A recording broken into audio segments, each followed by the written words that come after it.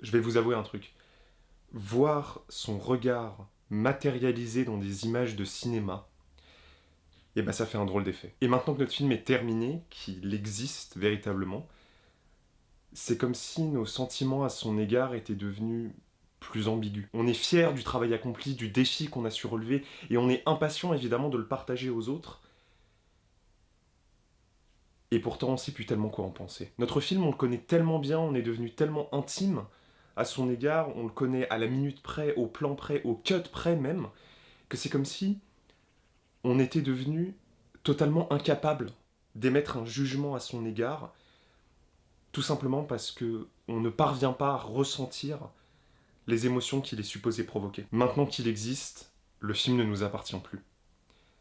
Parce qu'il ne nous a jamais été destiné. Il s'agit en fait du seul film de l'histoire du cinéma dont nous ne pourront jamais être spectateurs. Bienvenue à toutes et à tous dans cet ultime épisode de la série Comment faire un film fauché, qui ne sera pas, contrairement à d'habitude, une succession de conseils et une exposition de ma façon de faire et de travailler que je donne dans l'espoir d'aider celles et ceux d'entre vous qui auraient encore du mal à trouver le courage de se lancer, à enfin sauter le pas et à réaliser leur premier film. Tout simplement parce que maintenant, ça y est, on est arrivé au bout du processus créatif, le film existe, il est terminé, et donc j'ai plus tellement de conseils à vous donner, et avec l'expérience que vous avez acquis avec votre première réalisation, vous en avez plus tellement à recevoir non plus. Vous apprenez par vous-même. Vous avez acquis de l'expérience, vous vous êtes trompé, vous avez fait des erreurs, et vous savez donc au fond de vous-même que le prochain sera 1000 fois mieux que celui-là. Alors je crois que la seule chose qui me reste à faire, c'est de vous expliquer ce qui vous attend, peut-être pour vous permettre d'encaisser un peu mieux la déferlante d'émotions que ça suscite d'enfin diffuser son film.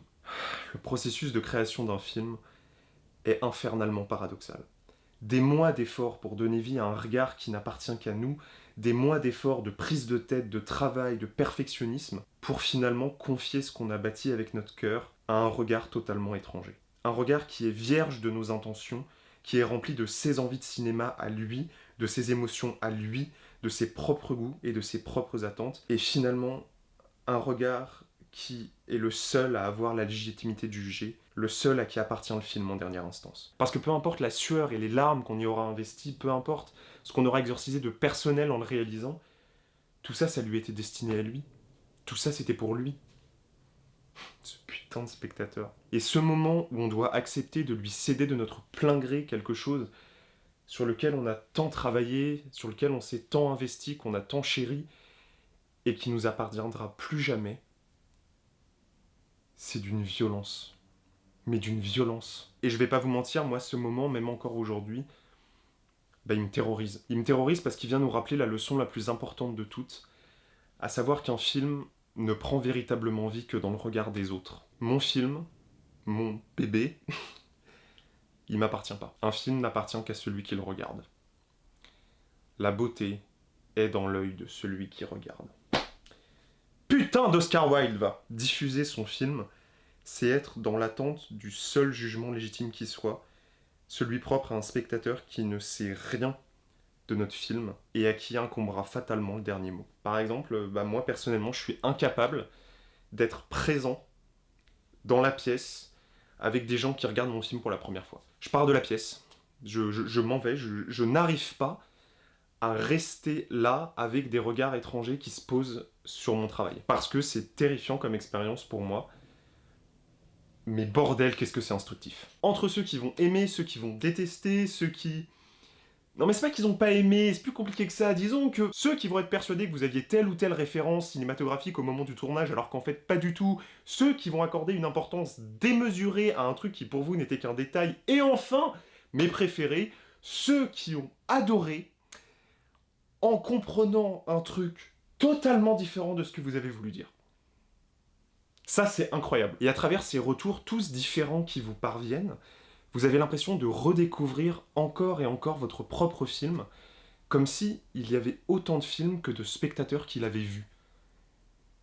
Et c'est très étrange comme sensation. Et ces interprétations-là qui vous parviennent, ces jugements de valeur, il faut les accueillir, sans jamais les remettre en cause. Je sais que j'ai beaucoup évolué sur cette question-là parce qu'il y a eu une époque où je faisais des vidéos après avoir sorti mes courts-métrages, où j'expliquais mes intentions, etc. Mais aujourd'hui, je crois que c'est très important de laisser au spectateur le film que lui a vu plutôt que de lui imposer celui qu'on a voulu faire. Acceptez le fait que ce sont ces regards étrangers qui se posent sur votre travail qui sont les seuls à véritablement avoir une légitimité, bah c'est la dernière leçon qu'on apprend à la fin de ce parcours du combattant. L'œuvre, une fois qu'elle est terminée, ne nous appartient plus.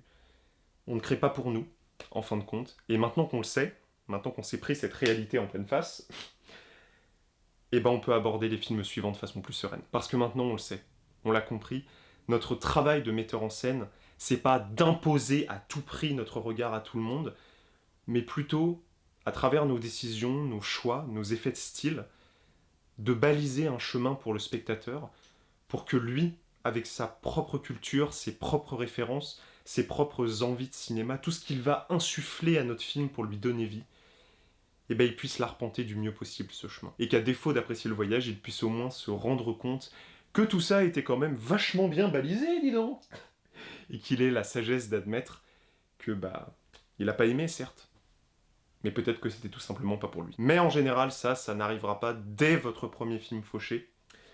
Parce que comme toutes les premières fois, ça va vachement plus ressembler à une tentative de cinéma qu'à un moment inoubliable. Et si vous avez l'audace de le mettre en ligne et de le faire voir à des inconnus, la brutalité de ceux qui adorent rabaisser à leur propre médiocrité les cinéastes en herbe qui ont eu le courage de se lancer pourra vous tomber dessus. On pointera les faiblesses, le manque de budget, l'inexpérience de mise en scène et d'écriture, et on aura surtout la stupidité de juger un travail amateur, inexpérimenté, à l'aune des géants du cinéma qui ont, par leur long métrage, contribué à façonner son histoire. Et cet argument-là, des géants auxquels on prétendrait se comparer en faisant nos petits films, je l'ai toujours trouvé d'une stupidité abyssale. Car il met en avant le génie des uns pour mieux refuser aux autres le droit de créer, comme si on avait besoin d'une permission.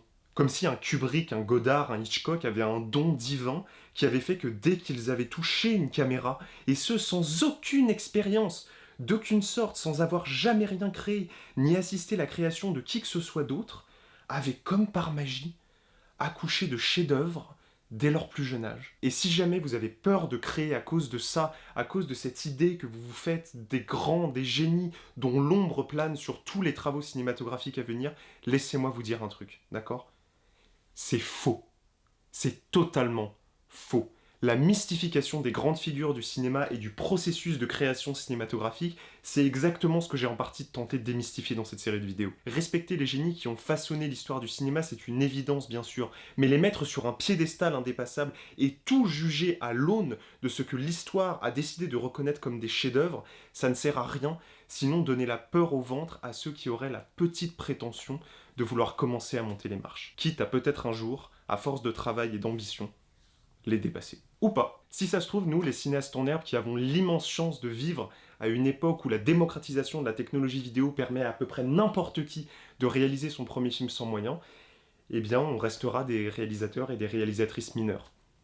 Et l'histoire nous oubliera, comme elle en a oublié tant d'autres avant nous. Mais que le respect des géants n'empêche pas les nains d'exister. Parce que ces géants-là, eux aussi, ils ont commencé en faisant des petits films. Eux aussi, ils ont essayé, ils se sont trompés, ils ont expérimenté, ils ont partagé une vision du monde, ils ont dit ce qu'ils avaient à dire, et ils ont appris à le dire avec plus de justesse dans leurs films suivants. Alors évidemment, nos films à nous, ils sont petits, ils sont fauchés, ils sont boiteux, ils sont ratés même parfois, mais j'ai envie de dire qu'à l'inverse de ces productions qui engendrent des milliards de dollars au box-office, nos films, ils ont été faits avec le cœur, et avec toute la sincérité dont on était capable. On avait quelque chose à dire, on avait envie de le dire d'une certaine façon, et on l'a fait. Et croyez-en mon expérience, ceux qui ont le regard à l'écoute de ce que les petits jeunes peuvent avoir à dire pour leur donner leur chance, ils leur marquent ça. Le style qui est en germe, qui se construit peu à peu derrière les erreurs techniques, la vision du monde, le propos que l'on peut avoir, qui se cache derrière une écriture un petit peu hésitante, ils leur marquent. Parce que ces gens-là, contrairement aux critiques acerbes qui n'ont jamais mené le combat du défi de création d'un film, ils ont la sagesse de comprendre qu'on ne juge pas la pertinence d'une phrase à sa police d'écriture. Mais en ce qui me concerne, le plus important à retenir de tout ça, c'est que créer, peu importe ce que c'est, peu importe pourquoi, peu importe ce qu'on a l'intention de faire plus tard, créer est un acte qui se suffit à lui-même. Et peu importe que les géants nous fassent de l'ombre à travers les paroles assassines de ceux qui n'auront jamais les couilles de réaliser quoi que ce soit, peu importe qu'on ne parvienne jamais à la hauteur céleste d'un Tarkovsky, d'un Kubrick, d'un Kurosawa. Créer est un acte qui se suffit à lui-même. L'ascension se suffit à elle-même. Alors avant de vous décourager, de prêter trop d'attention aux remarques assassines, de penser que ça ne sert à rien de créer parce que tout a déjà été dit par des gens qui sont 1000 fois plus intelligents que vous, n'oublions jamais quel titre l'immense réalisateur Werner Herzog a donné à ce film, qui, je pense, est la métaphore parfaite pour conclure cette série de vidéos. Les nains aussi ont commencé petits. Alors faites-le, bordel! Qu'est-ce que vous avez à perdre après tout, à part quelques mois de votre vie à faire la plus belle des choses qui soient? Créez pour soi, créez pour les autres, et créez aussi pour inspirer les prochains. Et ensuite, surtout, partagez vos expériences, revenez sur vos erreurs, faites des vidéos, allez sur des forums, j'en sais rien, mais aidez ceux qui auraient encore du mal à trouver le courage de se lancer, à oser franchir le pas. Et la seule chose que j'espère avec cette série de vidéos, c'est avoir contribué à vous y aider au moins un peu. Merci infiniment à toutes et à tous d'avoir suivi cette série jusqu'au bout, et si maintenant vous vous sentez prêts, alors au travail. Et on se revoit dans une salle obscure.